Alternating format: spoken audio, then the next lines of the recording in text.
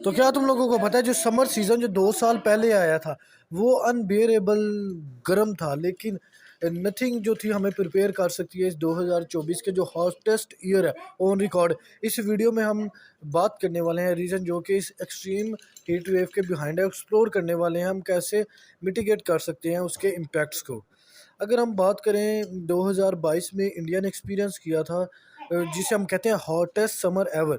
ये year temperature जो था वो रिकॉर्ड ब्रेकिंग लेवल्स तक चला गया जिसने स्मैश कर दिया था 122 ईयर्स के ओल्ड रिकॉर्ड को। ये सेम केस हुआ था 2023 में जब ये इवन और हॉटर हो गया था। साइंटिस्ट ये चीज़ क्लेम कर रहे थे ये हॉटेस्ट समर था पिछले 2000 सालों में, जो कि नॉर्थर्न हेमिस्फेयर में हुआ था।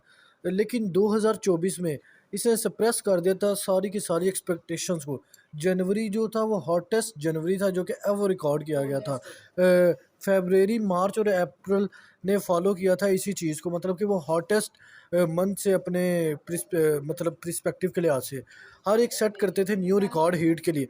इनफैक्ट जो लास्ट 11 महीने थे ना उनमें अनप्रेसिडेंटेड टेम्परेचर राइज हुआ था ग्लोबली। ये जो सॉर्चिंग हीट है ये सिर्फ लिमिट नहीं थी इंडिया तक। Last month ground record breaking heat waves report की गई थी साउथ ईस्ट एशिया में, जिसने इफेक्ट किया था वियतनाम, सिंगापुर, मलेशिया और इंडोनेशिया को। फिलीपींस में जो हीट इंडेक्स था वो इवन क्रॉस कर गया था 53 सेल्सियस से।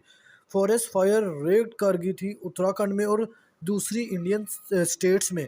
वाइल जो टेम्परेचर था ना नॉर्थ इंडिया का वो सॉर कर गया था अबव 46 सेल्सियस तक।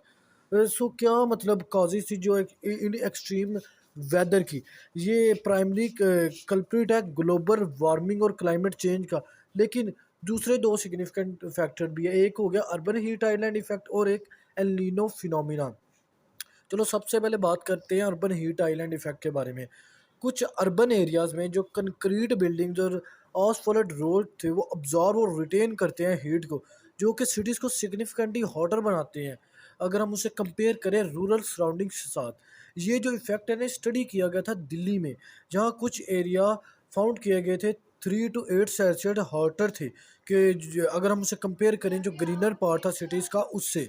मतलब ये सोल्यूशन इंक्रीज करता है ग्रीनरीज सिटीज़ में, जैसा कि मतलब जो जंगल और शेडेड पार्क्स हैं। प्लांट अगर हम प्लांट करें मोर ट्रीज और क्रिएट करें मोर पार्क्स तो ये हेल्प कर सकते हैं हम मिटिगेट कर सकें इस इफेक्ट को। एडिशनली जो इनोवेटिव बिल्डिंग डिज़ाइन है वो प्रमोट कर सकते हैं नेचुरल वेंटिलेशन को और रिड्यूस कर सकते हैं जो नीड है एयर कंडीशनिंग की, जो कि एक बिगर डिफरेंस क्रिएट कर सकते हैं। और सेकंड जो मेजर इफेक्ट है वो है नीनो। ये एक नेचुरल क्लाइमेट साइकिल है जो कि हर 5 से 7 साल बाद होता है।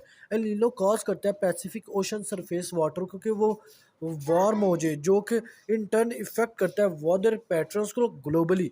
दिस ईयर मतलब जो एल नीनो था ये पर्टिकुलरली इंटेंस था जो कि कंट्रीब्यूट कर रहा था एक्सट्रीम हीट वेव्स की तरह जो हम एक्सपीरियंस कर रहे हैं। सो हम क्या कर सकते हैं लोकल लेवल पे अगर हम कमिट करना चाहते हैं इस हीट को।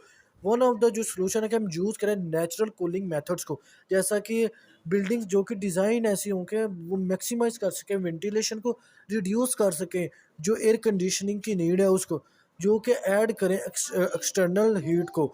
हिस्टोरिकली जो स्ट्रक्चर्स हैं ना हॉट क्लाइमेट्स के, जैसा कि ओल्ड बिल्डिंग्स दुबई में, ये यूज़ करती हैं ऐसी टेक्निक्स को। जो एक अनदर अप्रोच है हम यूज़ कर सकते हैं वो है रिफ्लेक्टिव मटेरियल्स।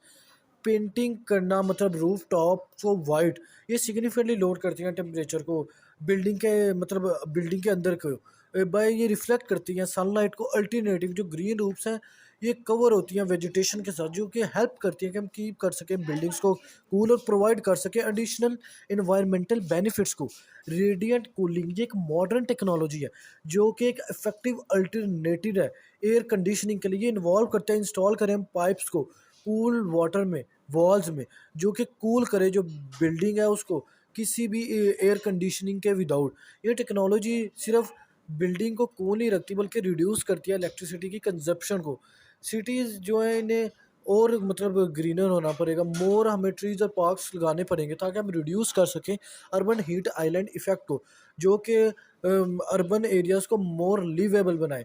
गवर्नमेंट को प्रायोरिटाइज करना पड़ेगा ग्रीन स्पेसिस को और सस्टेनेबल अर्बन प्लानिंग को। अगर हम एक्ट नहीं ना करेंगे फौरी तो ये हीट वेव मोर फ्रीक्वेंट और इंटेंस हो जाएंगी। स्टडीज़ ने ये चीज़ प्रिडिक्ट की है कि बाय 2050 जो हीट वेव है ये लास्ट करेंगी 220 से लेकर 250 डेज, एक साल में, मतलब काफ़ी रीजन्स में। ये टाइम है कि इम्प्लीमेंट करें सॉल्यूशंस को अभी। अगर तुम लोगों को ये वीडियो इन्फॉर्मेटिव लगी है तो इसे शेयर करो दूसरों के साथ। और हाँ, वीडियो को मतलब दूसरी वीडियो को चेकआउट करना ना भूलना। तो अगर तुम लोगों को ये वीडियो इस